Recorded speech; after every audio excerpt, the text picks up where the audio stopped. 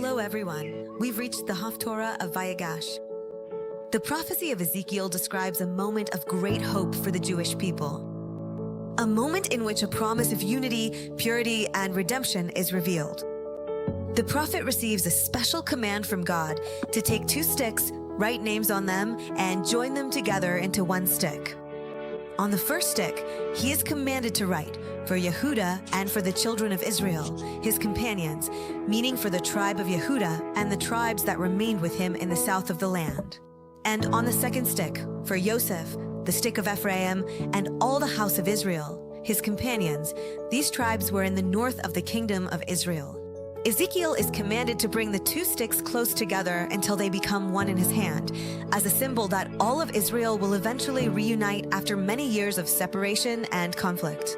God tells him, when your people, who were exiled from Babylon, ask you, what does this mean?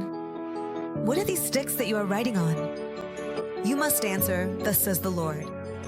In the end of days, I will take the stick of Yosef, which was in the hand of Ephraim, and all the tribes of Israel, and I will place it upon the stick of Yeudah. I will make them into one stick, and they will be one in my hand. The two sticks that the prophet writes on will be in his hand before the eyes of the people, so that everyone will see and understand the message. The Jewish people will once again become one nation. And then comes the great announcement. God declares that he will gather the Jewish people from all the places to which they were exiled. He will take them from among the nations where they were scattered, gather them from every direction, and bring them back to their land. In the land of Israel, they will once again be one nation. No longer divided into two kingdoms, not the kingdom of Yeudah, nor the kingdom of Israel. There will be one king for all, one ruler, and the people will no longer be split. They will no longer defile themselves with idolatry, nor follow the abominations and sins they committed in the past. God promises to save them from all the places where they sinned, to purify them, and to restore to them the privilege of being his people, and he will be their God.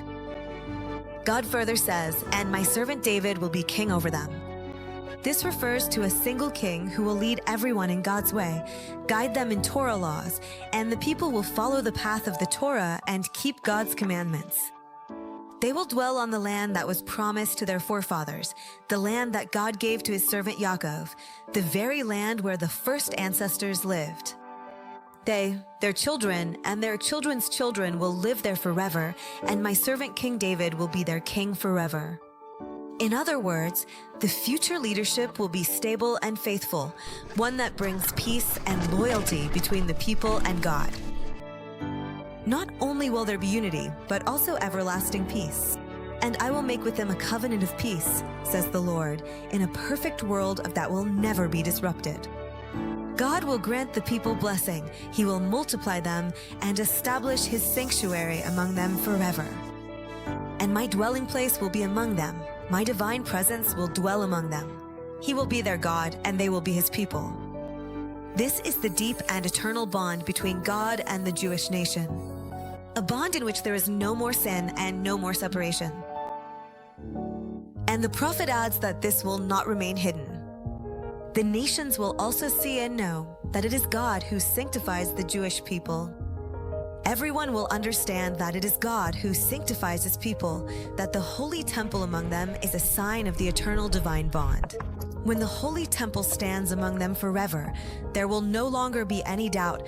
All the nations will recognize that the Jews are God's people and that God dwells among them. With these words, one of Ezekiel's most hopeful prophecies comes to an end.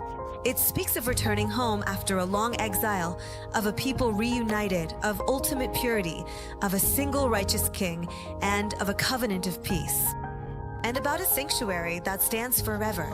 Ezekiel conveys, through a symbolic act of two trees merging into one, the great idea that the entire nation is destined to unite around one faith, one land, and one king.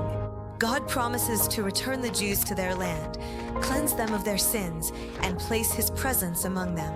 No more idolatry, no more division, no more destruction. The people will live in peace and holiness, and the holy temple, the symbol of the connection between heaven and earth, will be among them forever.